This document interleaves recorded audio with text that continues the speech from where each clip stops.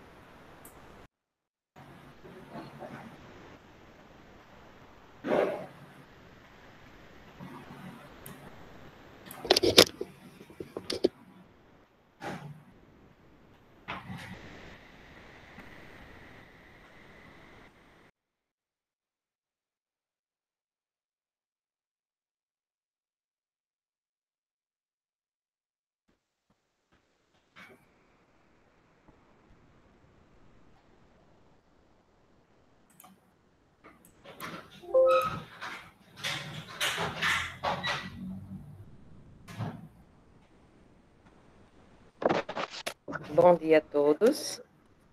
Com muita satisfação que nós iniciamos hoje, né, nosso último dia na terceira semana jurídica da Faculdade de Direito, hoje com esse ilustre professor, excelente, um grande amigo, professor Raimundo Márcio. E eu gostaria inicialmente de agradecer a todos os presentes, dar as boas-vindas, né, dizer que é uma satisfação muito grande poder participar desse evento, né, organizado com tanto carinho, com tanta responsabilidade, né, e com cuidado pelos alunos, por toda a equipe da Faculdade de Direito que se envolveu, direto ou indiretamente. Então, eu gostaria muito de agradecer a oportunidade de participar, né, da terceira semana jurídica da Faculdade de Direito, organizado pela comissão científica da terceira semana, né, o Centro Acadêmico Rui Barbosa e o Núcleo de Prática Jurídica, né, buscando sempre fazer essa integração acadêmica com os professores, o corpo docente e toda a comunidade, né, toda a sociedade, uma vez que a gente presta um serviço de suma importância à nossa sociedade, tá? Gostaria de agradecer também o apoio, né, de alguns patrocinadores que se empenharam na participação para que esse evento ele fosse realizado com toda essa organização que está acontecendo, né, que é os órgãos da UERN, né, a PRAE, PROEX, PROEG, NPJ da UERN, Ferreira e Alves Advogados, Olavo Hamilton, Lamarck Sociedade de Advogados, Saperiá, Laboratório de Prática na Advocacia, Direito e História, Comunidade Quilombola, Lampiar, Revista Acadêmica, OL Editora Jurídica, Apex, Empreendedorismo e Soluções Jurídicas. Então, hoje, o nosso mini curso, né, agradecer mais uma vez a esses patrocinadores, esses apoiadores nesse evento, tá? Encerra, né, no último dia, com o nosso professor Raimundo Márcio, trazendo o tema A Nova Lei de Licitações e Contratos Administrativos, interpretação e densificação normativa, que é um tema atualíssimo, né, tendo em vista a nova Lei de Licitações, e ler um pouco desse currículo invejável desse professor, né, e amigo, colega de trabalho, professor Raimundo Márcio, doutor em Direito Público pela Universidade de Coimbra e em Direito Constitucional pela Universidade Federal do Ceará, professor adjunto 2 da nossa universidade, né, da Universidade do Estado do Rio Grande do Norte, e procurador federal da Advocacia Geral da União. Tendo em vista o decorrer da hora, né, problemas de conexão, então vou passar a palavra, né, ao nosso professor, nosso ministrante de hoje, perguntas e eventuais questionamentos que porventura venham, né, a ser promovido pelos participantes do evento. Então eu passo a palavra ao professor, agradeço a participação de todos e vamos aproveitar nessa aula. Muito obrigada a todos. Bom dia a todos. Fico muito feliz pelo convite da equipe que organizou a terceira Semana Jurídica, né, que de longe está se tornando o evento mais importante da FAD, né, e o evento mais importante da nossa faculdade. Tem como protagonistas, né, possui como protagonistas os estudantes. Isso é simplesmente algo digno de nota, né? Fico muito feliz pelo convite por duas elementares razões, né? A primeira dela é que é um momento de podermos expressar algumas notas, né, bem significativas sobre a linha do estudo do professor. Essa é uma das linhas de estudo, né, é a contratação pública, uma das minhas. E, em segundo momento, por poder também dar aqui, apresentar um pouco do mostruário, né, do meu projeto de pesquisa, que as inscrições vão até o dia de hoje, né, que é sobre os desafios da contratação pública. Tá? Muito bem, né? Acredito que não precisamos de maiores delongas para apresentar a proposta e discussão sobre a densificação, né, normativa e interpretação em matéria de contratação pública. É um tema relevantíssimo, né? Um tema central dentro da perspectiva da atuação administrativa, à medida em que não há como vislumbrar a atuação do poder público sem o processo de contratação pública. Diferentemente dos particulares, que têm uma descrição enorme para poder atuar no mercado, seja na qualidade de agente econômico, seja na qualidade de consumidor, o poder público, em qualquer forma de atuação no mercado, é cercada de diretrizes, né, das mais diversas ordens. E no que concerne a aquisição de bens e serviços, o poder público tem um sistema muito regrado. Eu costumo dizer que gastar dinheiro público de forma correta dá muito trabalho, né? Mas é o preço que se paga, né, para poder, evidentemente, prestigiar a competitividade e, naturalmente, a pretensão, né, de menor custo. Menor custo aqui não no sentido linear, muito convencional, da ideia de menor preço, mas menor custo numa convenção mais angular, né, contemplando a qualidade da prestação de serviço, né, ou da aquisição de bens e produtos, saindo, né, da armadilha do menor preço, que já é uma luta antiga dos gestores brasileiros, né, e que, infelizmente, não tem tido uma compreensão muito clara por parte dos órgãos de controle. Falaremos disso mais adiante. Eu vou colocar aqui o slide, que é para que todo mundo possa acompanhar comigo essa exposição.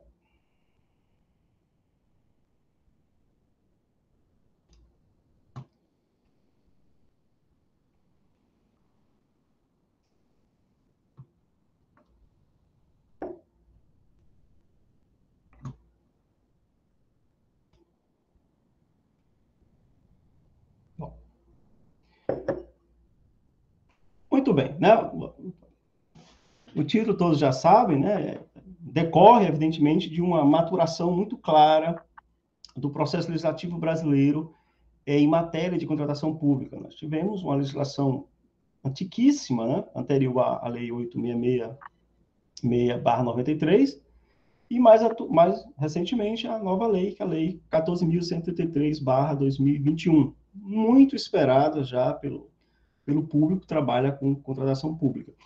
E não poderia ser diferente, porque a lei anterior, que curiosamente ainda se aplica em todos os seus termos, né,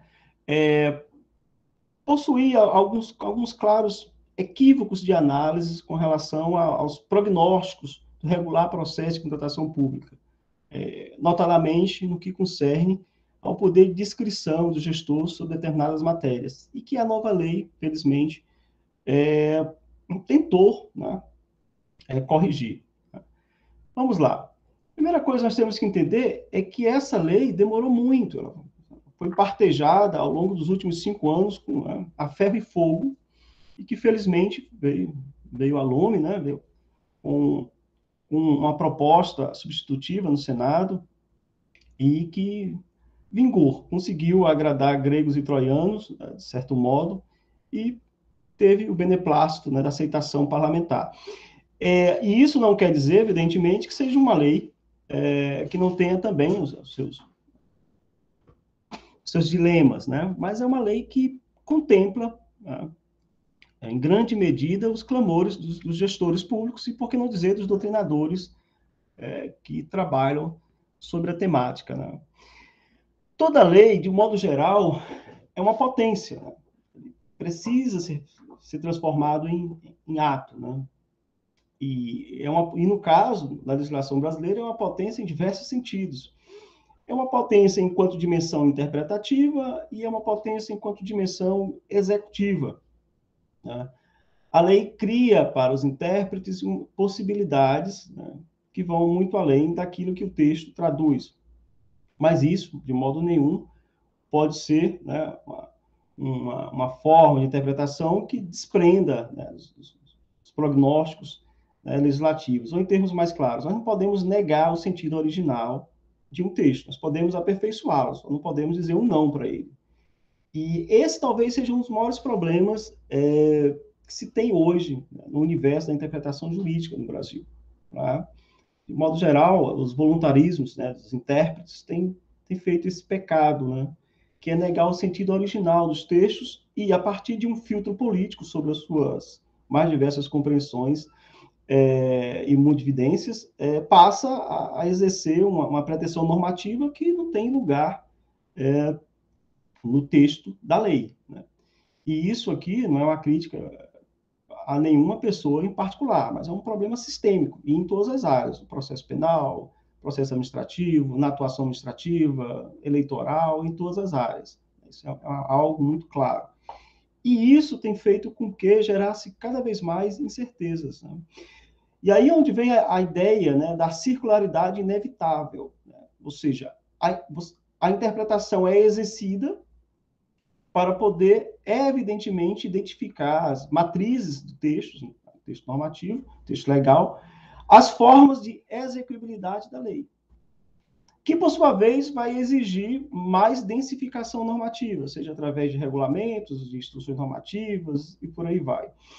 No caso da lei atual, isso foi feito de modo muito cuidado e demorado, por assim dizer, ou seja, demorou-se muito para compreender que a Lei 8.666/93, ela tinha necessidade de uma densificação normativa a partir de decretos e regulamentos. Demorou-se muito também para entender a sua incompletude para atender às demandas atuais da administração pública. Daí o surgimento, a posteriori, né, da lei do pregão, né, do RDC, né, e aperfeiçoamentos, né, pela via do decreto, através do sistema de preços, e um sem números de instruções normativas editadas pelo Ministério do Planejamento, e atualmente Economia, ou a Secretaria de Gestão, e por aí vai. E não será diferente nessa nova lei. Até porque o potencial que ela tem, né, sobre matérias que não se encontram expressas nelas é uma coisa incrível. Assim, nós temos aí para lá de 40 ou 50 hipóteses de regulamentação, eu estou colocando aqui não em termos precisos, certamente mais, que exigem regulamentação por via de decreto ou por via de regulamentos infralegais, tá? Então, veja bem, primeiro passo, a circularidade é compreendida a partir da seguinte reflexão: o texto da lei, que é potência e precisa ser transformado em ato, requer uma interpretação, requer um processo de decodificação que todos nós compreendemos, enquanto estudantes de direito, o que isso representa. Por sua vez, essa decodificação requer novas regulamentações, Isso é a densificação. Tá? Não adianta uma lei estabelecer planos objetivos de pretensões jurídicas, objetivos no sentido de metas muito claras, né? Mas se elas não são devidamente compagináveis com uma simples interpretação desse texto. Ela requer novos níveis de densificação jurídica, né? Novos níveis de interpretação e, naturalmente, atuação dessa compreensão normativa, que vai exigir, evidentemente, novas regulamentações. Esse processo de densificação normativa passa necessariamente pelos tribunais, notadamente tribunais de natureza administrativa, com particular destaque ao TCU, e, sem sombra de dúvida, um fenômeno que exige uma atuação muito categorizada do Poder Executivo, tá? Seja na figura, né, do chefe do Poder Executivo, através de decretos, seja pelos ministros de Estado, nas suas competências específicas, né? E isso, naturalmente, vai fazer um reflexo em todo o sistema do processo de contratação pública. Eu tenho uma lei interpretada, que para ser executada exige uma densificação normativa. Essa densificação normativa, através de decretos, instruções normativas, né, vai fazer com que a interpretação dessa lei sofra uma retroalimentação, e é toda essa circularidade. Né? Interpreta, densifica, volta para a interpretação. E esse processo é um processo contínuo. E é um processo de maturação da lei. É esse processo que faz com que uma lei deixe de ser potência para se transformar em ato. Nós temos nessa nova lei um sem número de disposições que requer regulamentação a posteriori. Claro, eu vou destacar uma ou duas apenas, que são as mais importantes, né, durante essa breve exposição, que é de 1 hora, e daí vocês vão ter uma compreensão mais clara do que eu estou falando no momento. Muito bem. Sabendo que essa ideia de interpretação e densificação normativa por meio da expedição de decretos e regulamentos, instruções normativas, portarias, né, vamos então ao primeiro ponto de reflexão sobre essa nova lei. A lei traz mais princípios. Tá? Os meus alunos sabem muito bem que eu tenho muito cuidado com a ideia de princípios, tal como ele é compreendido no Brasil. Né? Esse panprincipialismo brasileiro, que tem uma característica muito própria, muito nossa, né? Em que cada intérprete ele se julga um bandeirante constitucional, né? E quer transformar tudo à sua volta a partir das inferências subjetivas sobre o justo, sobre o belo, sobre o correto e por aí vai. Né? E isso é muito ruim. Isso é muito ruim porque isso causa insegurança jurídica. Né? E insegurança quer dizer, no mínimo, custo de oportunidade. Né? Porque a insegurança, ele afugenta o gestor, né? Ele afugenta os agentes do mercado e, sobretudo, traz intranquilidade na execução, né, orçamentária. Isso é um tema muito caro. Mas vamos lá. Mais princípios acarreta mais controle. Por quê? Porque o intérprete pode, a partir dos princípios, inevitavelmente contemplar novas formas de compreensão sob a matriz legal e dizer que aquele princípio X autorizaria uma interpretação no sentido Y. Aquele princípio tal autorizaria uma interpretação no sentido Z. E por aí vai.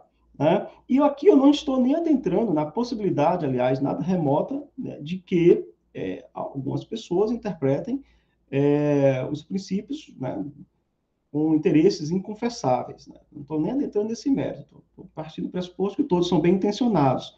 Mas nessa boa intenção há, sem sombra de dúvida, uma margem muito grande para gerar balbúrdia, confusão generalizada na aplicação da lei. Até porque a forma como se adota os princípios em detrimento das regras no Brasil é um caso singular no mundo. Nós temos uma regra que diz categoricamente não, o sujeito aventa um princípio e diz não é sim. E tudo fica tudo por isso mesmo, né? Isso não é normal. A derrotabilidade de uma regra requer uma ascensão justificadora muito grande. E isso é particularmente mais conflitivo no caso da lei de interpretação, na lei de licitações e contratos, né? Por quê? Porque essa lei, ela é aplicada e interpretada, evidentemente, não apenas por pessoas que trabalham na área jurídica. Nós temos contadores, administradores, economistas, né, contadores, todo esse fluxo de formação diversa, né, e naturalmente multidisciplinar, recai sobre essa lei e extrai delas compreensões absolutamente diferentes. Um jurista, evidentemente, um estudioso do direito, contempla essa lei de uma maneira muito diversa, né, do que contempla, por exemplo, um economista, um contador, um administrador. Mas a lei é para todos. Essa lei requer, sem sombra de dúvida, um nicho operativo de diversas formações para poder implementá-la, poder transformar essa potência em ato. E aí já surge um primeiro grande dilema. Por não ter uma interpretação jurídica, por assim dizer, mais apurada, os outros profissionais que trabalham com essa lei tendem a interpretá-la de uma forma muito literal. Aí é os extremos, né? Se eu condeno o excesso de voluntarismo exegéticos, por outro lado, eu também condeno a literalidade, que muitas vezes, né, causa dilemas muito claros na lei, na interpretação da lei. Né? Mas o fato é que mais princípios acarreta mais controle. Mais controle, sem sombra de dúvida, acarreta mais ativismo judicial. Não tem a menor dúvida disso. Né? Por quê? Porque nós simplesmente damos pano à manga. Ou em termos ainda mais prosaicos, colocamos mais lenha na fogueira. Toda vida em que um operador do direito, ou um profissional da área jurídica, labora a partir de princípios e institutos mais delimitados, ele tem uma margem de atuação mais restrita. Se colocamos mais princípios dentro dessa ordem de julgamento que ele possa ter sobre os fatos e sobre a própria lei, sem sombra de dúvida, aumenta o universo de sua intervenção sobre a área julgada, no caso, sobre o objeto da julgação, né, do seu julgamento. Então, isso é muito evidente. Né? Daqui a pouco eu vou mostrar para vocês esse artigo 5º e vocês vão vislumbrar a enormidade de princípios que esse artigo contempla. A pergunta é, mais eficiência ou mais esclerose institucional acarreta mais princípios, mais controle e mais ativismo judicial? Eu tenho uma dúvida muito grande. Aliás, eu tinha, hoje eu não tenho mais. Eu tinha uma dúvida no sentido de que, será que mais controle transfere uma ideia muito clara de melhor execução da lei, de maior ortodoxia por parte da administração pública, acarreta mais eficiência? Essa dúvida hoje, em função de mais de 15 anos trabalhando com matemática, eu pude observar que não. Mais controle não necessariamente acarreta mais eficiência. Eu tenho visto muito a esclerose institucional, por exemplo, decisões do TCU que são absolutamente incompreensíveis do ponto de vista da dinâmica operativa da administração pública. Né? E aqui eu poderia enumerar vários exemplos, em matéria de contratação pública, sobre essa natureza. Talvez uma das formas mais evidentes dessa esclerose institucional é quando o TCU vem para os demais gestores dizer o seguinte recado: olha, veja bem, vocês estão alegando para que nós, TCU, não apliquemos uma multa que vocês viram determinado procedimento em edital nos editais do TCU. Mas isso não é razoável. Né? Ou seja, o que está nos editais do TCU não é para ser levado em conta, apenas o que o TCU diz que é para ser levado em conta. Então, o que vale é a jurisprudência do TCU, não o que o órgão de administração do TCU faz. Bom, mas se nem o TCU e os seus órgãos contemplam as observações que o TCU diz que é para fazer, por que o restante da administração pública deve contemplar? Aí as perguntas são no seguinte sentido: e por que não contempla? Porque as amarras do TCU, no mundo de Alice que eles vivem, nas suas perfectibilidades legais, acaba criando verdadeiros bloqueios da atuação administrativa. Né? E isso é muito claro, sobretudo em questões bobas, né, no processo de contratação pública no Brasil. E vou falar mais adiante, sobretudo a questão da inexequibilidade e a própria ideia de menor preço. Né? E a própria ideia também de competitividade. Veja, há uma lógica muito clara de que essa lei, até por mandamento constitucional, deve prestigiar a maior competitividade possível. Mas isso não pode ser interpretado em detrimento da melhor prestação de bens e serviços. Não tem sentido. O TCU não interpreta muito bem nessa lógica. Quantas e quantas vezes vem dos julgados do TCU que prestigia a competitividade, mas coloca em maus lençóis a atuação do gestor público, né? Então, mais competitividade gera um dilema, que eu vou falar mais adiante, que é a questão do dilema mercadológico, né? Mas chegaremos até lá. Vou colocar aqui o artigo 5º para vocês terem uma ideia do que é que eu estou falando. É realmente uma enormidade de princípios, e isso vai acarretar, sem sombra de dúvida, uma margem enorme de interpretação que pode gerar, sem sombra de dúvida, muitos dilemas para muitos gestores. Sobretudo com a atuação extremamente voluntarista, né, dos intérpretes, que, aliás, no Brasil é uma marca, né, uma análise novo nisso.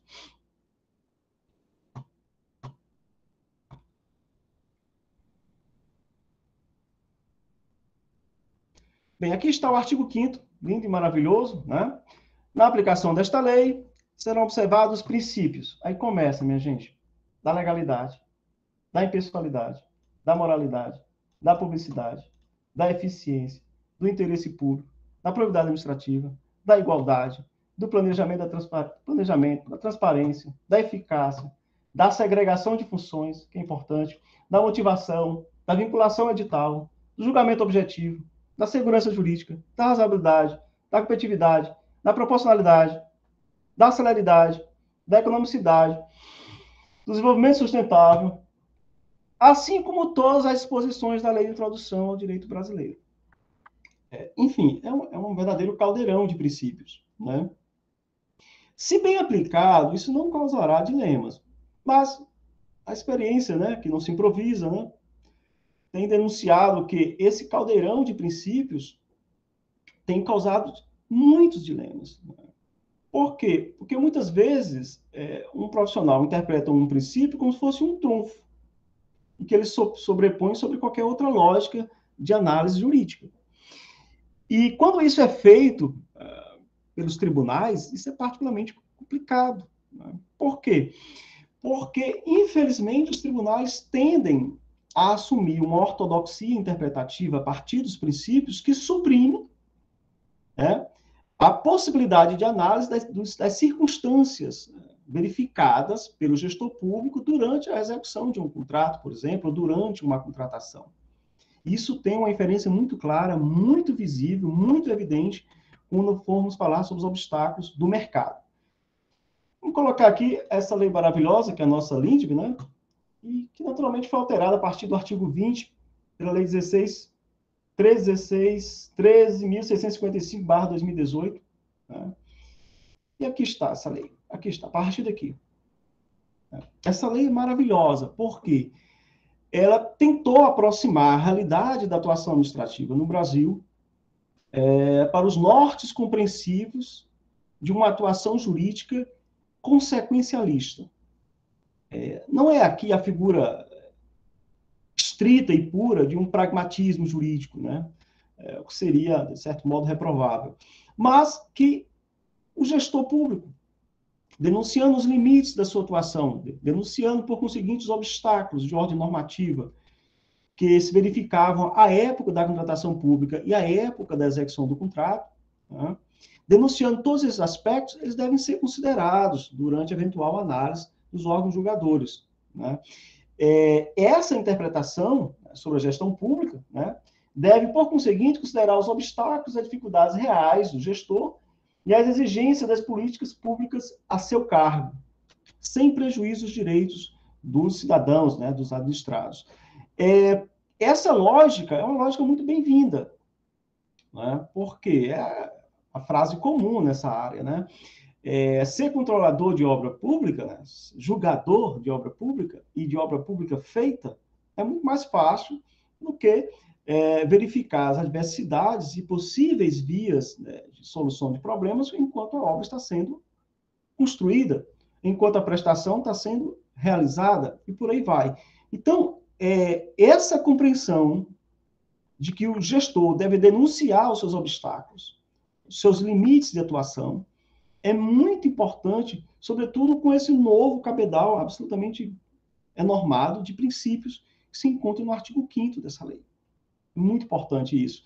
E isso ficará muito mais importante quando eu explicar mais adiante sobre os limites relacionados à questão, né, financeira e orçamentária, sobretudo as questões de dilemas, os custos de contingenciamentos, dos restos a pagar, e por aí vai. E a própria ideia muito clara do princípio da anualidade, cria, sem sombra de dúvida, em alguns casos, obstáculos, né, para o gestor público.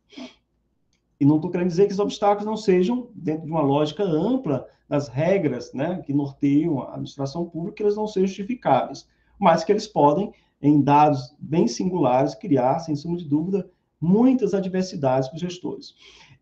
Fazer a gestão pública a partir dos nortes compreensivos, por exemplo, da lei de licitação, da lei de finanças públicas, da lei orçamentária, no caso, a LOA, né, e também a lei de responsabilidade fiscal, é realmente algo muito complexo, que requer um juízo analítico dessa lei muito abrangente, e isso tende a causar dilemas seríssimos aos gestores na hora de promover a execução do gasto público.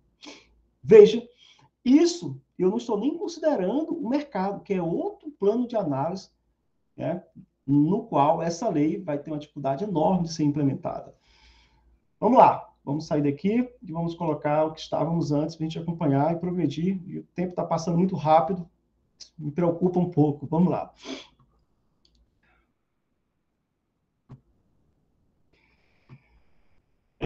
Pronto. Outro ponto importantíssimo é a dimensão cultural como obstáculo prático normativo. Isso aqui é muito claro, né? Essa lei requer uma análise muito forte sobre a dimensão cultural. O componente cultural no Brasil é um ponto muito importante para transformar essa lei de potência em ato. Porque de pouco importa as possibilidades e as permissividades de uma lei se a dimensão cultural, e aqui eu não falo apenas da estrutura orgânico-funcional do Estado, eu falo, sobretudo, da sociedade civil, se encontra muito aquém das possibilidades destacadas pela lei. O componente cultural aqui, que evidentemente a mais elementar delas, talvez seja para as práticas corruptivas, né, os limites do mercado, as imperfeições no que concerne à própria dinâmica de controle sobre a qualidade de bens e serviços, né, e o descumprimento contratual. Vocês têm isso tudo está relacionado a um componente cultural muito sério no Brasil, que é a má qualidade, né, dos nossos agentes econômicos. Tá?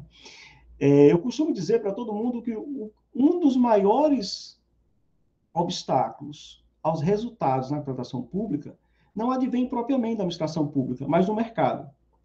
Se tivermos um mercado com agentes econômicos capazes de entregar bens e serviços de qualidade, sem sombra de dúvida, nós teremos soluções dentro do universo da gestão pública. Mas, se esse mercado tiver agentes econômicos ruins, inevitavelmente a contratação pública será ruim. Não dá para fazer um omelete com outro produto, né? Tem que ser ovos. Né? Então, se estamos diante de um universo muito claro de restrições dos agentes econômicos, isso vai repercutir na própria qualidade do serviço público. É inevitável. Então, se temos empresas ruins de construção civil, não tem a menor dúvida que teremos uma execução ruim de obra pública. Se temos empresas ruins de prestação de serviço de vigilância, não tenhamos a menor dúvida que não teremos uma prestação de vigilância boa. Se temos empresas ruins nos mais diversos segmentos que demandam o poder público, evidentemente que a prestação não poderá ser boa. Não é? Veja o caso, por exemplo, dos restaurantes universitários. Tá? Eu, durante muito tempo, comi no restaurante universitário da UFC, o famoso RU, lá da Avenida Universidade. Muito bem, comida boa. Claro, um dia ou outro você vai ter alguma coisa que não gosta, mas de um modo geral a comida era boa. Agora, tente comer aqui no restaurante universitário da UFESA. A comida não é boa, eu já fiz isso algumas vezes. O que ocorre é porque o mercado tem um nicho ruim para o segmento. E isso impossibilita uma prestação boa. Mas é uma questão de preço? Aí entra um dilema interessantíssimo. Se o mercado é ruim para o empreendimento que se requer, e no caso aqui é fornecedores, né, de alimentação, Não tem a menor dúvida que quem vai ganhar a licitação são os fornecedores ruins e não os bons, porque eles têm um preço menor. Qual a forma de afugentar, afastar os agentes econômicos ruins? Geralmente, diante da dinâmica de habilitação.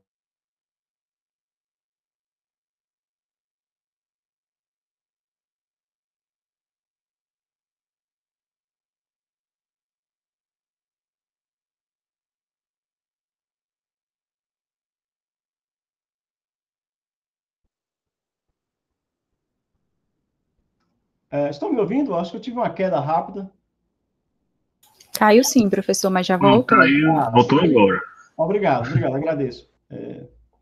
Bem, são coisas, né, que não tem o que fazer. Muito bem. O que ocorre? Como eu estava falando há pouco tempo, processo de habilitação das empresas, que deve ser simplificados o máximo possível, mas não pode, evidentemente, desconsiderar o fato de que, mesmo que a habilitação simplificada seja algo bom para o processo de competitividade, isso pode gerar, sem sombra de dúvida, dificuldades mais adiante, em função da qualidade dos agentes econômicos. Uma forma de se evitar isso, evidentemente, é penalizar os agentes ruins, mas isso demanda tempo. Tá? Demanda muito tempo. Outra forma muito adequada seria criar limites objetivos bem expressivos nos editais. Mas aí temos obstáculos dos tribunais de contas, no caso, sobretudo, do TCU, porque, nessa hipótese, é uma restrição da competitividade. E aí, toda vida que um edital é muito restritivo, para tentar abarcar apenas empresas idôneas, o TCU vem e diz, olha, não pode ser assim. E quando nós insistimos em restringir, as empresas não idôneas vão à justiça e conseguem, na maioria das vezes, ampliar o edital. Veja como o universo não é tão simples. Então, toda vida em que o poder público tenta criar mecanismos para superar as empresas ruins no mercado, ele encontra obstáculos normativos, bem evidentes. Então, o mais importante não se encontra dentro da estrutura da administração pública, isso é um engano. O que faz a prestação de serviço ser boa é o mercado. Não, por melhor que seja o edital, por mais bem intencionados que sejam os gestores, e naturalmente toda a sua equipe, a estrutura orgânico-funcional de uma entidade pública, o que vai de fato espelhar a qualidade de um serviço público é, sem sombra de dúvida, o mercado. Então, o mercado é, sem sombra de dúvida, a saída para os nossos dilemas. Portanto, é uma questão que está fora da lei. Ela pode até ser direcionada pela lei, pode ser estimulada pela lei, nos mais diversos segmentos, mas está fora da lei. Quem trabalha com isso percebe isso sem maiores dificuldades. Claro, isso não quer dizer que tudo está perdido, mas a verdadeira face sobre essa questão é essa. Se o mercado é bom, a prestação de serviço será boa. É inevitável. Vamos lá. A gestão pública entre a necessidade e o risco. O que é isso? Ora, a necessidade é, se temos um mercado ruim, o que podemos fazer? Nós podemos dispor dele. Né? E esse é um fato. Esse é um fato, por quê? Porque é necessário. Você não poderá jamais aventar, não vou contratar porque o mercado não tem empresas boas. Não existe isso. Nós da administração pública, de um modo geral, a administração do poder público, tem o dever de implementar todas as suas vias possíveis para atender as demandas. Bem naquela lógica do direito administrativo como caixa de ferramentas. Você tem que usar todo o ferramental, institutos, procedimentos, para alavancar os meios para entregar a prestação do serviço, mesmo com o mercado sendo ruim. É a necessidade. Qual é o risco? O risco nós conhecemos. E não tem lei nenhuma no mundo que consiga superar esses riscos, que são os limites do mercado. Os limites do mercado.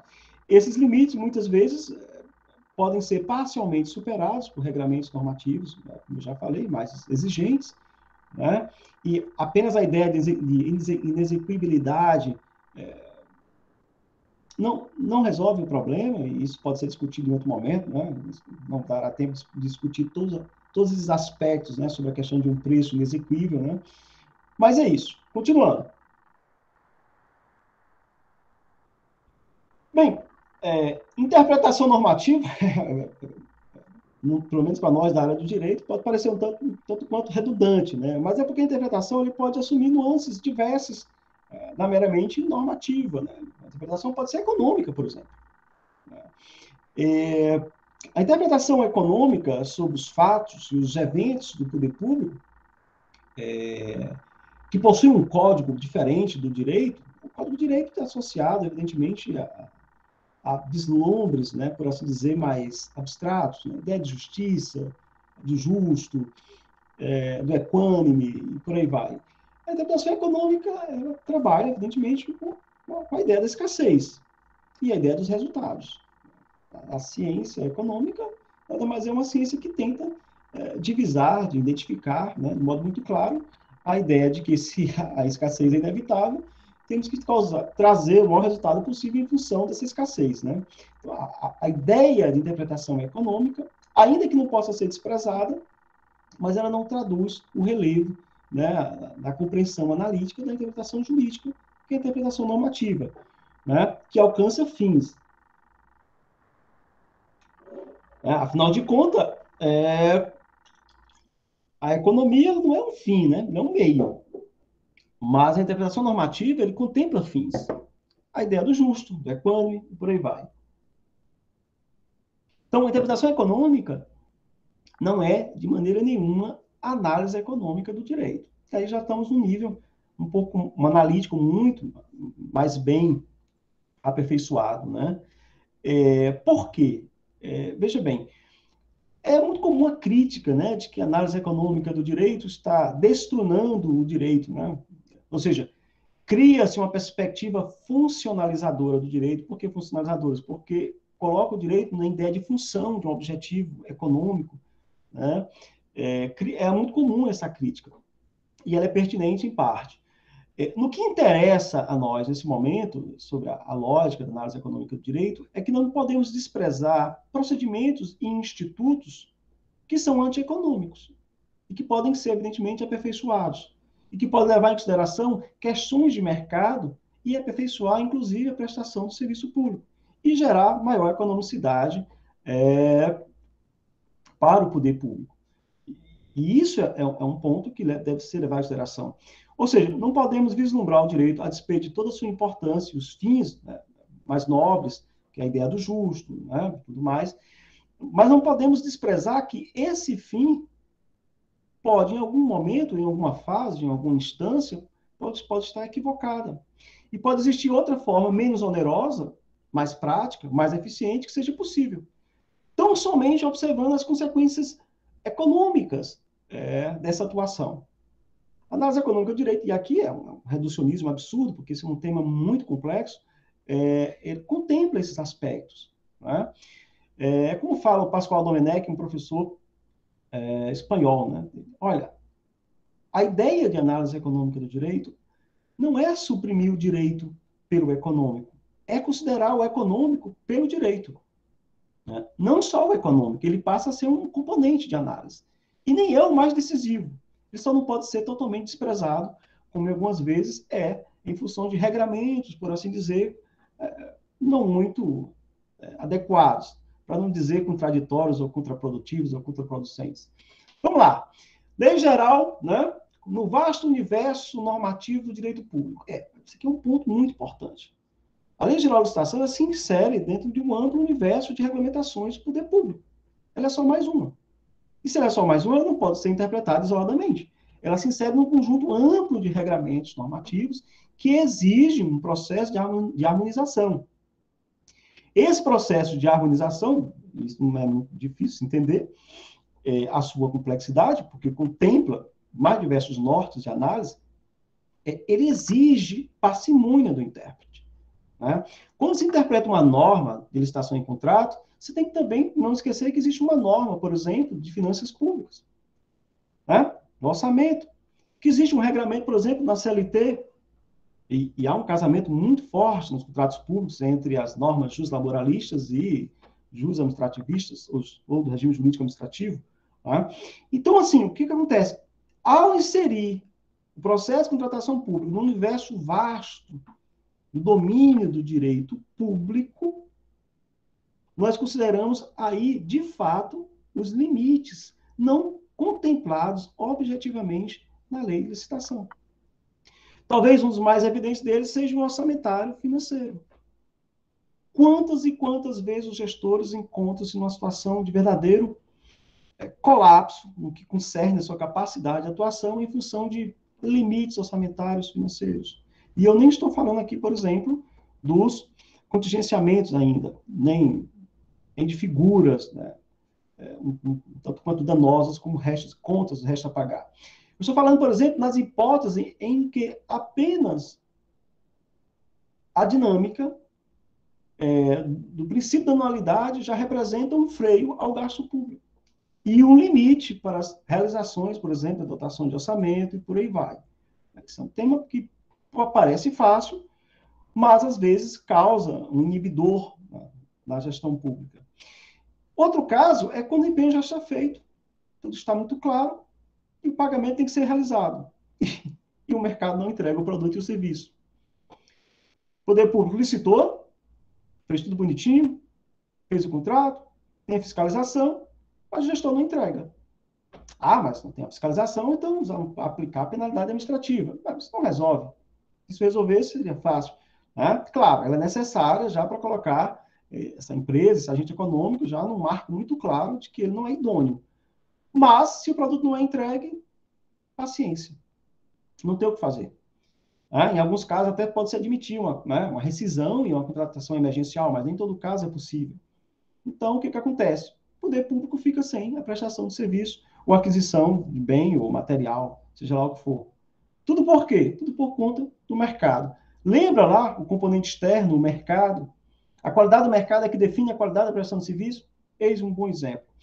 Em matéria de obra pública, isso é a coisa mais evidente. Quantos e quantos agentes econômicos não sabem disso? Eles vão até o último momento fazendo uso desse mecanismo. Não, eles têm interesse em manter o contrato, porque senão eles perdem o recurso empenhado. Para não perder o recurso empenhado, eles aguentam, eles suportam as nossas vacilações, os nossos descumprimentos recorrentes durante a contratação pública. Aí a pergunta aí, por que o poder público não rescinde? Bom, ele rescinde e perde lá um investimento de 3, 4 milhões. Perde o quê? Tem um custo de oportunidade, né? Esse dinheiro, evidentemente, não é perdido. Aqui é entre aspas. Esse dinheiro volta para a conta única do Tesouro, evidentemente, mas quem garante que no ano que vem, esse mesmo poder público, essa mesma entidade, terá em disponibilidade esse recurso? Então, essa dúvida, por si só, faz com que o poder público fique refém das empresas, em boa parte dos casos. Tá? Isso está relacionado justamente aos obstáculos de natureza mercadológica. Tá? É muito importante, desde já, compreendermos que a lei é uma potência, ela traz possibilidades. Transformá-la em ato requer uma conjunção de esforços, tanto do poder público quanto com o mercado. Por isso, tão importante quanto elaborar uma lei que contemple novas possibilidades para a administração pública é vislumbrar no mercado o mecanismo do seu aperfeiçoamento. Essa é uma crítica, inclusive, que eu faço na minha tese, que eu estudei sobre essa temática lá na UFC. Esse é um problema. Não adianta apenas olhar para o poder público e vislumbrar nele a salvação para esses dilemas. O dilema é muito mais abrangente. Muito bem. A lei, né, como realidade orgânico-funcional. Aqui é o outro problema muito sério. Ou seja, não adianta vislumbrarmos uma lei que contemple tantas possibilidades se a estrutura orgânico-funcional não está capacitada para assimilar, né, assimilar adequadamente essas potencialidades da lei. Daí a importância tão grande, e a lei, nesse sentido, foi muito feliz, em capacitar adequadamente o que o poder público tem de melhor. O poder público tem de melhor, evidentemente, é o quê? Não é a sua estrutura física, é a estrutura orgânica. E orgânica aqui não no sentido de órgãos, mas na ideia de corporificada dos seus agentes de atuação, que são os servidores. Isso é que o poder público tem de melhor. Então, as restrições estruturais de uma organização são superadas pela qualidade do seu corpo técnico. Sem isso, é impossível. Né? E aí onde vem o grande dilema da assincronia institucional. Nós temos verdadeiras matrizes orgânicas dentro do Estado brasileiro, que são extremamente evoluídas, bem preparadas, e outras que ficam refém, né? E, por assim não dizer, desqualificadas, né? E, naturalmente, refém de uma realidade que não tem solução a curto prazo. Isso é muito facilmente verificado em municípios e em alguns estados da federação. Essa assincronia institucional faz com que leis sejam pensadas para realidades de entes políticos com níveis de evolução orgânico-funcional bem diversos. Claro, com a lei geral, haveria, evidentemente, de contemplar tudo que existisse de melhor naquele dado momento da realidade jurídica. Não há nada de errado nisso. Mas, infelizmente, isso não quer dizer que todos entes políticos tenham capacidade de absorvê-las. Vamos lá. O custo da regulamentação e seus riscos. Né? Esse é um tema muito importante.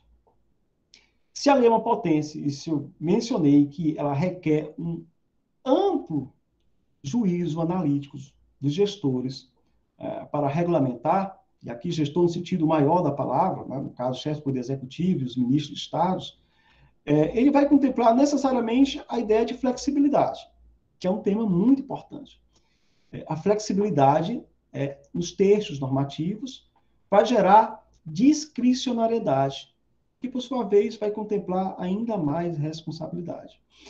Essa lei, a nova lei, tem, sem sombra de dúvida, um aspecto muito importante. Ela é mais flexível, né, do que a Lei 866/93, né, que nós sabemos ainda se aplica a nova lei de licitação, apesar de válida, ele possui alguns obstáculos de eficácia que, sem sombra de dúvida, dificulta a sua aplicabilidade ainda hoje no Brasil. Falaremos disso mais adiante.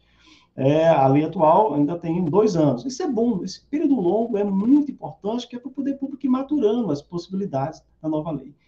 Mas, muito bem, essa flexibilidade gera uma capacidade de criar procedimentos específicos, né, para dadas realidades locais, criar mecanismos que sejam mais consentâneos com as demandas do poder público. Isso, sem sombra de dúvida, gera um processo decisório muito mais vasto, né, em termos de qualificação de forças aqui no sentido de entrega por parte dos gestores daquilo que ele tem de melhor. Por quê? Porque ele vivencia o problema, então ele sabe quais são as melhores soluções para ele. Então, essa força, né, gerada pelo poder dos gestores de criar novas alternativas é muito importante. Essa força eu vou chamar, de certo modo, não é uma força que vem da perspectiva intuitiva. Ela vem, sem sombra de dúvida, enquanto reflexo de quê? De uma realidade já sentida pelo gestor, né? Essa força decisória, portanto, é um raciocínio não apenas intuitivo, né? Porque todos nós sabemos que existe, mas é um raciocínio comparativo. E ele é mais do que isso, é um raciocínio construtivo. Né? Por quê? Porque ao longo do tempo ele vai verificando que certos procedimentos são equivocados, né? E ele vai naturalmente ganhando, por meio da flexibilidade da lei, força decisória mesmo. Não, eu não fazia assim antes, agora eu quero fazer desse jeito. Essa possibilidade é muito interessante. Isso é possível dentro de uma semântica normativa flexível, em que o gestor tenha discricionalidade, tenha discrição para poder fazer uso, né, de todo esse arsenal de possibilidades que a lei oferta. Agora, isso acarreta a responsabilidade. E aqui está um problema. Problema por quê? Porque a responsabilidade, não que ele seja um problema. Evidentemente, o direito, o que seria o direito sem a própria ideia de estabilidade? Mas a questão é que, como se tratar a dinâmica dessa habilidade num contexto de maior discricionariedade? Podemos, sem sombra de dúvida, nesse momento, fazer com que alguns tribunais e alguns órgãos de controle suprime a capacidade de inovar dos gestores. Retirar aquela força decisória, que eu falei há poucos instantes. A reunião de uma série de confluências, de julgamentos analíticos sobre a experiência, e a partir disso, ter um impulso muito claro de que deve promover uma alteração em um ou outro procedimento. Ele faz isso 1, 2, 3 vezes. Na 4ª vez, vem um tribunal e aplica uma multa nele. O que ele vai pensar? Bem, eu não vou inovar mais. Eu vou ficar quietinho, eu vou deixar tudo como está, e eu não tenho dor de cabeça. Alguns seres humanos aceitam isso facilmente, outros até resistem, mas de modo geral, a grande maioria pensa assim: eu não vou criar embaraço com ninguém, eu vou ganhar meu salário, vou fazer o feijão com arroz, tá tudo de boa, TCU não me enche o saco, não tem que dar explicação para ninguém por conta de procedimentos inovadores, tem que justificar por que eu sou probo, isso é muito chato, então eu vou ficar aqui de boa. Ou seja, caindo na inércia. E essa inércia é extremamente ruim, porque ele rompe com as possibilidades, né, de criação de alternativas por parte do gestor público. Limites da processualidade administrativa diante das práticas sociais. Né? Nós temos que entender que a administração pública se insere dentro de um universo muito mais amplo que a sociedade civil. E as práticas sociais adotadas na sociedade civil, em grande medida, são determinantes para o próprio processo de realização da contratação pública. Ora, se temos uma administração pública que tem um código X e a sociedade civil tem um código Y e não se casam, essa assincronia entre práticas sociais tem sérios reflexos no processo de contratação pública. Práticas institucionais, esse é outro ponto também. Né? Quantas e quantas práticas administrativas são realizadas dentro do poder público que são simplesmente condenáveis? Retrabalho, injustificáveis. E isso existe demais dentro do processo de contratação pública em alguns segmentos. Esse é outro tema também que denuncia os limites da processualidade administrativa. Não posso simplesmente adentrar em maiores detalhes sobre isso, né? Até em função do tempo. E desafios estruturais da sociedade civil. Esse aqui talvez seja um dos temas que deve ser melhor trabalhado no processo de densificação normativa. Não adianta apenas densificar, ou seja, explicitar os propósitos e os prognósticos do texto da lei com vista apenas aos olhos do poder público. Ele deve ser, inevitavelmente, também projetado para o mercado. Né? E isso é muito importante, porque projetando as deficiências e as potencialidades da sociedade civil, a regulamentação, sem sombra de dúvida, será melhor. E esse é o último slide, espero não estar tirando muito a paciência de vocês. E aqui não há, por assim dizer, grandes inovações, exceto, evidentemente, a questão do Portal Nacional de Contratações Públicas, né? E os meios alternativos de resolução de controvérsias. Vamos lá, esses estudos técnicos preliminares, eles já se encontram muito claramente delimitados, né, pela legislação infralegal, né? Nós temos portarias, né, Secretaria de Gestão sobre isso, né, desde 2019.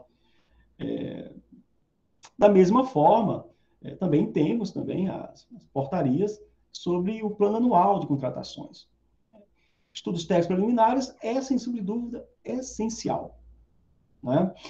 A viabilidade do empreendimento público, ou seja, a própria dinâmica compreensiva sobre as possibilidades materiais de levar adiante uma pretensão administrativa, levar adiante uma decisão do gestor, requer estudos técnicos preliminares, né, que se encontra devidamente disposto lá no artigo 6º, inciso 20, e é trabalhado de forma pormenorizada no artigo 18 dessa lei.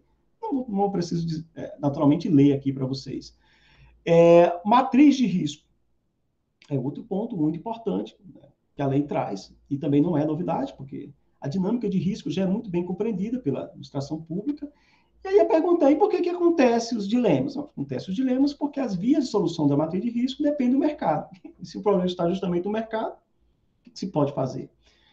Plano Anual de Contratações, né, que agora consta expressamente na lei de licitação, né, assim como também os estudos técnicos preliminares e a matriz de risco. Sem sombra de dúvida, uma ferramenta muito importante. Você trabalha a lógica compreensiva da governança pública. Né? Por que é muito importante? Porque ele representa uma radiografia das demandas do poder público.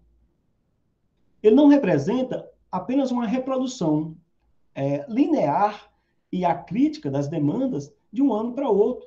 É isso que se pretende evitar com o Plano Anual de Contratações. Ele tem que traduzir com todos os termos as demandas reais, efetivas do poder público. E, ao alcançar o status né, legal, espera-se que a regulamentação sobre essas questões sejam muito mais precisas, mais bem elaboradas, categorizadas a partir da experiência, né, da lei anterior, né, que não veio, evidentemente, da própria lei, mas as regulamentações da lei de licitação 8.666/93. Portal Nacional de Contratações Públicas. Aqui é um dilema, né? E é uma solução. Uma solução. Eu me lembro, em 2017, eu já defendia isso, né, na tese, né? E graças a Deus veio a ser implementado isso. Mas ainda não veio parcialmente, ainda não veio como eu defendia, né? Defendo até hoje.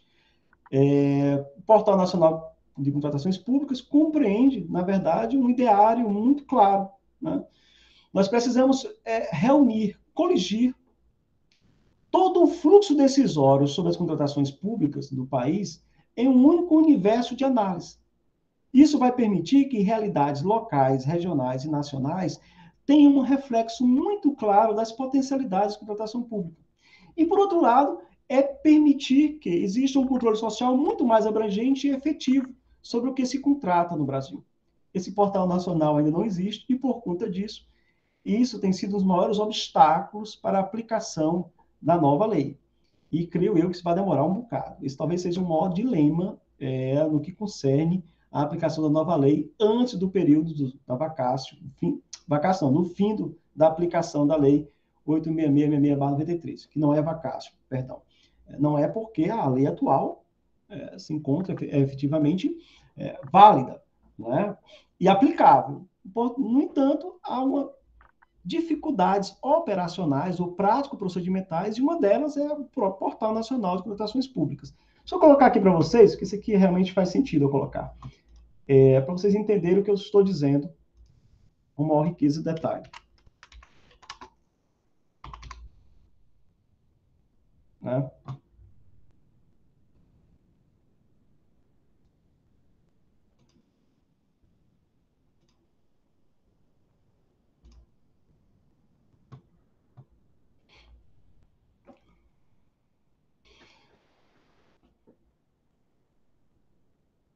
Aqui está.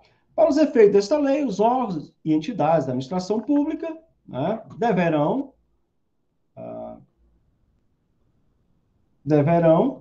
utilizar o sistema de registro cadastral unificado disponível no Portal Nacional de Contratações Públicas, para efeito de cadastro unificado de licitantes na forma disposta no regulamento. Nem temos regulamento e nem temos o portal. Então, isso, de fato, impossibilita, né, a aplicação da lei, né, em todos os seus termos.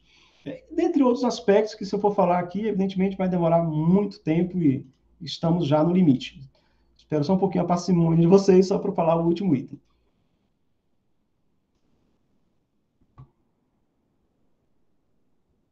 Meios alternativos de resolução de controvérsias.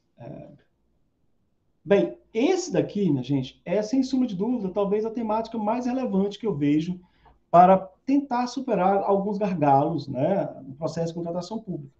Né? Por quê? Porque o poder público sai daquela posição de superposição, né, um status legal de superposição diante dos contratos, cujos processos decisórios eram, por assim dizer, bem unilaterais, né, e não consensuais, fazendo com que os meios e modos de superação dos conflitos durante a execução dos contratos sejam muito restritos. Colocando a contratação pública dentro do universo, né, dos meios alternativos de resolução de controvérsias, os mais diversos, nos quais se destaca a própria arbitragem, né, a mediação e tantos outros, isso vai fazer com que, inevitavelmente, o poder público consiga atrair medidas mais adequadas para superar os dilemas da não execução dos contratos. Veja, os limites objetivos para a rescisão contratual na Lei 8.666/93 são muito evidentes, porém muito restritos, claros e restritíssimos, fazendo com que o poder público não tenha qualquer margem para poder tomar medidas mais abrangentes e, naturalmente, consensuais com o gestor público. Isso é ruim, isso é péssimo. Por quê? Porque não tem margem de manobra para superar qualquer desafio, qualquer conflito. A própria lei traz lá os casos de rescisão, só pode ser dessa forma, se não for, não pode, e traz lá os casos de rescisão amigável, que também é muito restrito. E pronto, saiu dessas hipóteses, pronto, não tem mais o que fazer. Com os meios alternativos de resolução de controvérsias, nós vamos, sem sombra de dúvida, adentrar num universo muito mais abrangente, já aplicado por praticamente toda a doutrina administrativista europeia, que é o quê? Simplesmente contemplar a carga decisória dos processos administrativos a partir de uma lógica analítica dos acordos. Acordos. Acordos esses que vão permitir que, mediante concessões mútuas, supere o desafio do contrato. Eu sempre digo para todos os gestores, melhor do que o cumprimento estrito e ortodoxo de uma regra contraproducente é uma resolução desse dilema a partir da compreensão dos limites do próprio mercado, ou do próprio agente econômico, e trazer para si essa realidade e contemplar, de algum modo, esses interesses. A composição desses interesses farão com que o resultado prático da contratação surja. Se isso não ocorrer, há uma rescisão, há uma aplicação de penalidade administrativa, mas não há o que o poder público quer e o que a sociedade exige, que é a entrega de bens ou serviços. Esses meios alternativos, sem sombra de dúvida, será um dos grandes marcos dessa lei. Eu lamento muito, peço desculpas, que evidentemente a minha forma de exposição sobre essa matéria demandaria uma apreensão a priori sobre a temática. Isso, sem sombra de dúvida, pode ter dificultado a reflexão de vocês sobre muitos temas. Mas eu não poderia agir de forma diversa, porque não faria muito sentido expor algumas inovações dessa lei sem considerar, a prioristicamente, uma visão anterior sobre ela, né? E, sobretudo, sobre aquilo que aplicamos atualmente. Muito obrigado, agradeço demais a atenção de todos. Obrigada, professor Márcio, foi brilhante a sua explanação. Alguém tem alguma dúvida?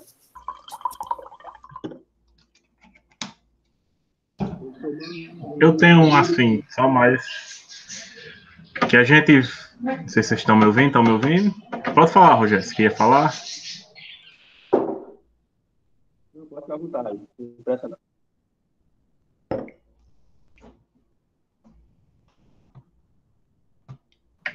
Pronto.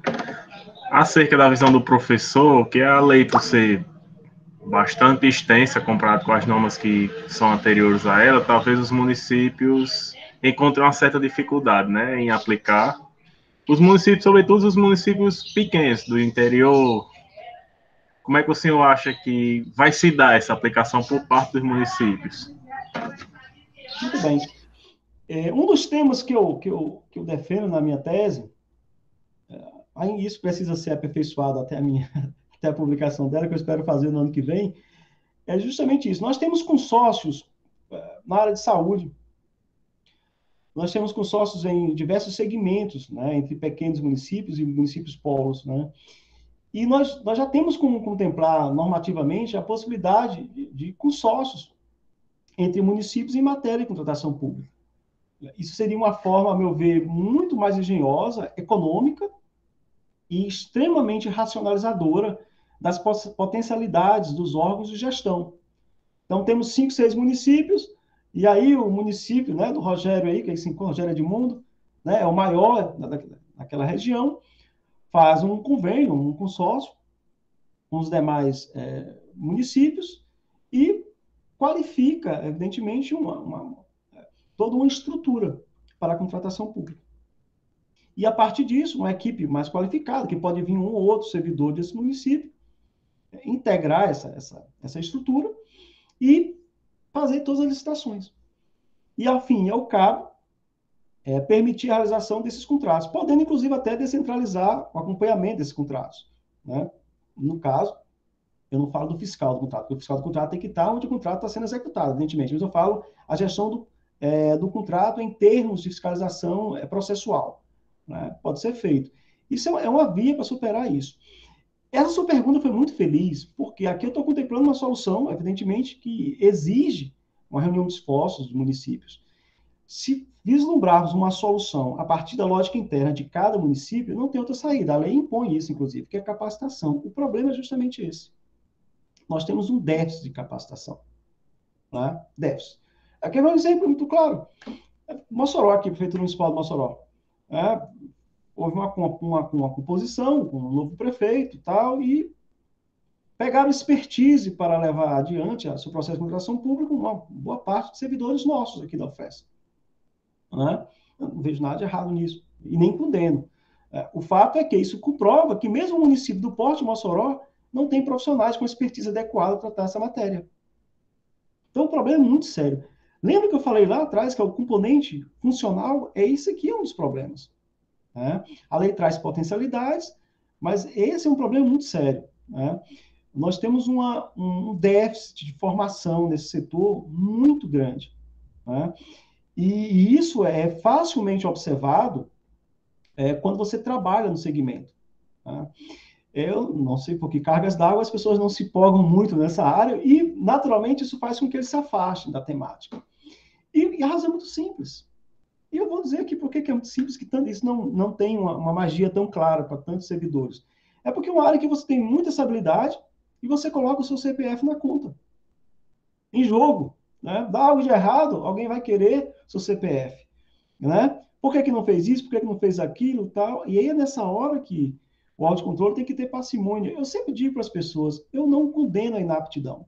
Eu condeno o dolo. Uma gestão inapta, ela não é uma gestão que age com improbidade. Ela só é uma gestão ruim. Nós temos que separar uma coisa de outra. Eu acompanhei durante muito tempo gestores, que eu trabalhei em outro setor, municipais, e quantas vezes via algumas prestações de contas absolutamente equivocadas. Mas era nítido que não havia desvio de recursos, que o negócio tinha sido feito, tudo mais, mas era muito mal prestado.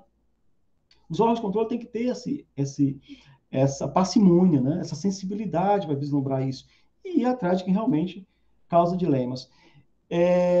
Sueldo, esse problema é um problema muito sério, porque é um problema que não foi solucionado nem nessa lei atual, a 866/93. Né? E não me parece que será solucionado a curto prazo, né, na lei 14.133. E esse é um dilema que está mais vinculado, não à lei, mas aos déficits estruturais da sociedade civil. E, naturalmente, do próprio poder público. É um tema muito importante e que requer um processo de capacitação muito intenso mesmo. Eu diria que o dilema mais imediato que vai ser observado na aplicação dessa lei é o agente de contratação, né, que é uma figura nova, dotada de mais poderes decisórios, né, e que nem todo setor de um órgão público tem servidor capacitado para o exercício dessa atividade, que é tão complexa e que reúne um universo de responsabilidade muito abrangente. Né? Em muitos setores, estamos falando ainda ordens de milhões de reais, né, que estão nas mãos de um agente de contratação. Né? A minha posição é muito cômoda, né? Eu vejo o problema, me pede uma alternativa, eu sugiro, num parecer, está resolvido o meu problema. Agora, o gestor não. O gestor é que sofre todo o peso do processo decisório. É por isso que eu sempre digo, e essa é uma crítica que eu não faço de hoje, o profissional da área jurídica ele tem que ser muito discreto, porque ele é apenas um grãozinho de areia dentro de todo o processo da gestão pública. Que os verdadeiros protagonistas, os verdadeiros heróis ou vilões desse processo são os gestores públicos. Por isso que são eles que devem, evidentemente, merecer as críticas e os elogios. Nós, agentes da área jurídica, somos apenas um instrumento dentro de uma cadeia muito ampla e que tem a nossa contribuição. Então, quando alguém dessa área aparece mais do que o próprio gestor, tem algo de errado nessa lógica. Né? E esse é um problema muito sério, em todas as áreas do direito, de um modo geral. Por quê? Porque na hora em que eu, como parecerista, desejar a ferro e fogo, impor a minha compreensão jurídica sobre determinado fenômeno, eu estou usurpando a carga decisória de alguém respaldado por lei para tomar essa decisão. Por isso eu aceito com a maior naturalidade do mundo alguém que diz, olha, eu não vou adotar seu parecer. Não tem problema nenhum. Portanto, você justifique, está resolvido. E essa tem que ser a lógica. Né?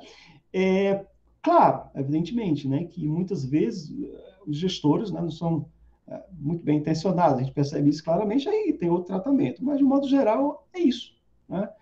Nós temos uma lei com muita potencialidade, nós temos deficiências orgânicas, estruturais, funcionais, mas é isso que é um desafio muito interessante. Se encontra diante de nós um novo cenário de possibilidades, um novo horizonte para a administração pública em matéria de contratação pública, que deve ser muito bem aproveitado, né?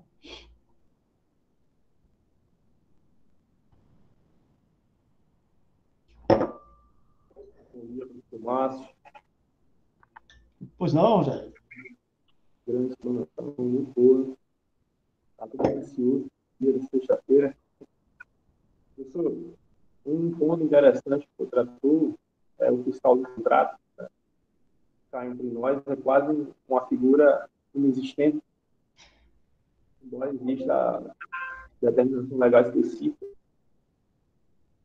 Professor, você falou do PNCP, que foi lançado recentemente, está em processo de maturação. E o PNCP, ele só exige, né, a necessária integração das contratações das leis sob a égide aliás, de contratos sob a égide da nova lei. Né? Os contratos havidos sob a égide da antiga lei, eles não vão ser necessários ser integrados ao PNCP. Há 2 anos aí para que os gestores se adaptem a 1433, né? E a própria lei, em suas disposições finais, ela deixa aberta, né, a possibilidade de contratar sobre a antiga lei de contratações. Pergunto ao senhor qual seria a vantagem, né, para o gestor público contratar com a nova lei, né, e já deixar, digamos, em desuso a antiga lei. Qual vantagem seria, né? Porque as novas contratações, elas necessariamente devem ser feitas, seja em sites de compras e contratos específicos que já tem integração, né, com o portal, e talvez isso custe até um pouco mais, né? O Compras.net talvez vai cobrar um pouco mais para integrar, né? Existe alguma vantagem específica para o gestor contratar com a nova lei em vez de contratar com a lei do pretérito?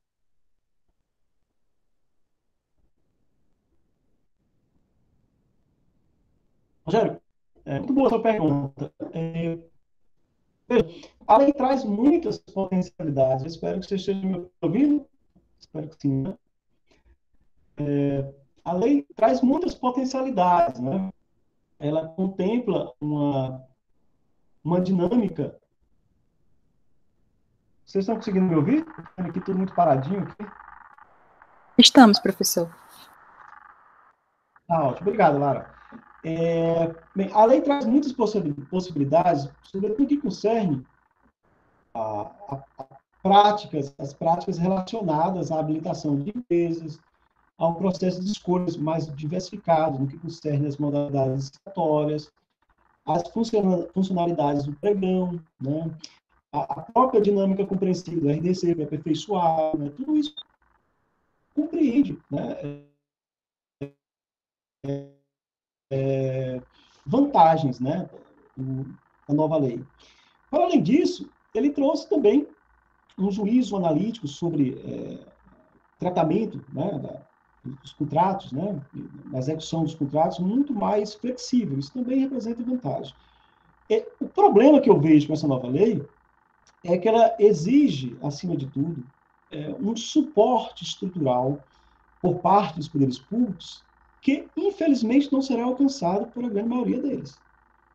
Né? Então, o problema, na verdade, não se encontra na lei, é o gap, né, tecnológico entre os entes políticos. É a sincronia entre eles. A União está aqui, o município está aqui, o Estado está aqui. Né? E essa lei, ela, de um certo modo, ela inaugura uma nova fase que chamam de governo eletrônico, alguns chamam de governo digitais, né? Que é a inserção de todo o fluxo decisório, né, dos processos de contratação pública na via virtual, tal como ocorre, por exemplo, nos processos judiciais. Não é? Só que o que esqueceram é que o processo judicial, apesar de ser, no caso brasileiro, bem expressivo o número de processos, é só esse tamanho aqui, né? Os administrativos é esse mundo todo, né? E isso vai exigir, sem sombra de dúvida, um trabalho de superação tecnológica muito grande. Esse é um problema. O PNCP é apenas um dos dilemas, porque, veja bem, o que eu tenho que considerar, para além disso, do PNCP, eu tenho que considerar primeiro a capacitação funcional. Um dilema. O segundo dilema é como trabalhar essa capacitação funcional a partir dos déficits estruturais dos próprios órgãos e entidades. Segundo dilema. O terceiro dilema, ainda que é mais objetivo, é que na mesma medida em que se deu as permissividades, as possibilidades de uma melhor execução dos contratos, também criou-se uma série de novos engendros normativos que ceifam a liberdade, né, do gestor. Não sei se vocês sabem, aumentou expressivamente o número de figuras penais em matéria de licitação, alguns totalmente incompreensíveis, né, inaceitáveis. Mas esse é o custo de uma compreensão equivocada sobre o papel, né, de matéria penal, né, nesse específico campo de atuação. A sua pergunta é muito boa e também muito difícil de ser respondida objetivamente, por uma razão muito simples, Edmundo. Eu, após alguns anos estudando essa questão, essa relação de interface entre o mercado e o poder público, e, sobretudo, entre os órgãos e entidades e o próprio poder público, eu identifiquei que há um hiato muito claro entre as demandas internas de qualquer órgão público e os seus órgãos de contratação. Esse hiato não é só um hiato de vontades, de prognósticos entre demandas. É um hiato, sobretudo, entre condições ideais de contratação. Explico isso melhor. Muitas vezes, o demandante de um órgão possui, na cabeça muito clara deles, uma visão de que ele quer um produto de performance, ou pelo menos um produto de qualidade. Não é que o responsável pela contratação do órgão não tenha isso em mente. O problema é que as possibilidades de ele entregar isso é muito pequena por conta do mercado. Esse problema são em todas as escalas. Imaginemos, por exemplo, que um poder público qualquer queira se adequar à nova lei e pensa, olha, temos que criar uma equipe de TI adequada para a nossa realidade funcional hoje com a nova lei. Ele vai ter um limite de mercado para realizar esse pressuposto operacional para levar a lei adiante. Você está entendendo toda a cadeia de desafios que isso representa? E olha que o PNCP ainda é tímido. Ainda é tímido, porque eu defendo coisas até mais abrangentes a futuro prazo. Porque nós temos condições tecnológicas de levar isso adiante. Aí vem um outro plano, que é o plano político. Há interesse político de que o processo de contratação pública sofra uma vigilância mais intensa do controle social. Não é preciso muito esforço para perceber que não, né? Não é. Veja a questão propriamente, uma coisa simples, só para você ter ideia como isso é um negócio interessante. A questão remuneratória dos servidores públicos. É um tema muito claro. Muitas vezes é difícil identificar o que a sociedade paga por um profissional. Não é? Quando, por exemplo, se exige de um profissional que você coloque um CPF para ter informação sobre aquilo que a sociedade paga a uma pessoa, isso para mim é uma coisa absolutamente desmedida de sentido, é uma restrição. Eu estou aqui defendendo o direito de ninguém bisbilhotar a vida de ninguém. Mas o fato é que a sociedade deve saber os seus custos com os seus servidores. E aí, pasmem, quem é que levanta os piores obstáculos para a acessibilidade dessas informações? Não é o Poder Executivo, é o Poder Judiciário e o Ministério Público. Não é surpreendente isso? Então, quem detém o poder, que aí você sabe muito bem dessa frase, o segredo da natureza do poder, né? Quem detém o poder não quer ser investigado, não quer ser controlado. Né? Então, é mais ou menos assim. Nós temos um reflexo muito claro, né, no espelho, depois de tudo isso que eu falei, que a lei traz possibilidades, mas ele traz muitos desafios. Superar esses desafios, sem sombra de dúvida, é um negócio muito difícil, sobretudo porque não fomos capazes de superar os desafios de uma lei até menos abrangente, como é a lei atual, né? E não essa nova, que também é atual, né? É um negócio bem interessante. Mas, assim, qual é a grande questão que está por trás de tudo isso? E eu espero ser muito claro aqui nesse sentido. É que, para além dos desafios tecnológicos do governo digital, do governo eletrônico, que requer, acima de tudo, toda uma lógica compreensível da atuação administrativa a partir da acessibilidade para o controle social, nós temos um desafio que é o desafio cultural para as exigências dessa nova lei. Né? Imaginei, Edmundo, você, uma pequena cidade, uma prefeitura que costumava fazer tudo dentro de uma salinha como essa minha aqui, em que tudo era guardadozinho, tudo é muito restrito, que já sabia de plano quem era o fornecedor, né? Quem é que ia ganhar, quem é que deixar. Esse mundinho feliz, fantasioso, de algumas, para não dizer criminoso, né? Isso vai acabar. Isso tem que acabar.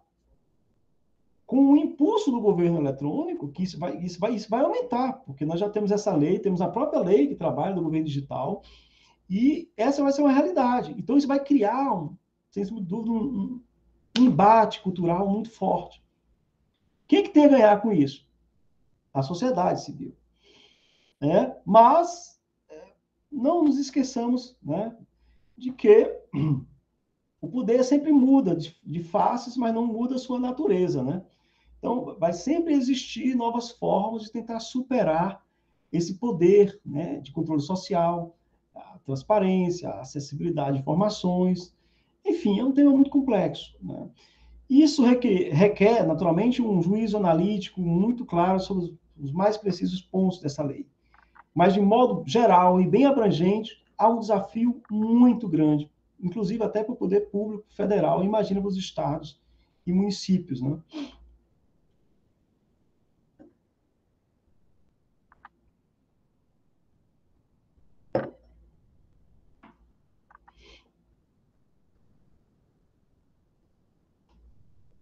Alguém tem mais alguma pergunta?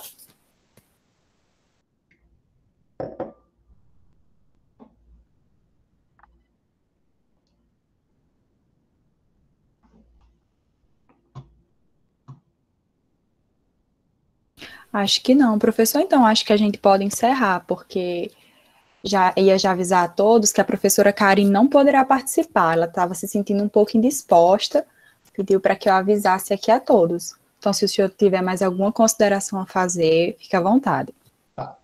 Lara, eu agradeço muito o convite dos organizadores da terceira semana jurídica. Agradeço demais a atenção de vocês, sobretudo porque nem todos têm uma reflexão sobre a temática. E quero convidar, né, a quem assim desejar, tem um projeto pesquisa, que o edital, né, está aí, até a data de hoje, que trata do tema dos desafios da contratação pública. Basicamente, tem 3 linhas, 3 eixos, né? Um ficará comigo, o outro com o André Pedrosa e o outro com o professor Anselmo. Mas tudo muito... Mas nenhum problema que essas linhas possam mudar de professores, tudo muito flexível, né? O importante é que tenhamos um marco muito claro para refletir sobre diversos pontos dessa lei, né? Esse projeto de pesquisa, evidentemente, eu espero levar adiante e prorrogá-lo, porque essa lei tem uma temática, um fundo discursivo muito amplo, né? E todos estejam devidamente convidados, para quem assim desejar, fazer a inscrição até a meia-noite de hoje. Agradeço demais a presença de todos, né? Tem um bom número de pessoas. É um tema arisco, seco, né? Técnico. Isso não costuma, evidentemente, atrair muita gente, mas é um tema necessário, né? O direito tem essas áreas espinhosas que não são muito sedutoras, mas são necessárias porque são essas áreas que efetivamente traduzem a qualidade do serviço público, prestação de serviços e, naturalmente, na realização, evidentemente, né, das aquisições, bens e produtos. Obrigado a todos e Tenha um bom final de semana. Um abraço. Obrigada, professor. A gente que agradece a explanação. Só lembrando que logo mais às 18 horas, a gente vai ter uma mesa com a discussão do tema transdemocracia. Essa mesa vai ser composta pelo professor escritor Marcelo Neves, pelo professor aqui da UERN, Olavo Hamilton, e vai ser mediada pelo nosso estudante aqui da UERN, Francisco Cavalcante, certo? É só vocês comparecerem lá. Muito obrigada pela atenção, pessoal. Só para falar uma coisa aqui, rapidinho. Não percam de maneira nenhuma essa exposição do Marcelo Neves. Marcelo Neves é, sem sombra de dúvida, um dos autores mais originais que o Brasil teve nos últimos 30 anos. E quando eu falo original, original mesmo. Né? E isso enquanto reflexo, né, de proposição acadêmica.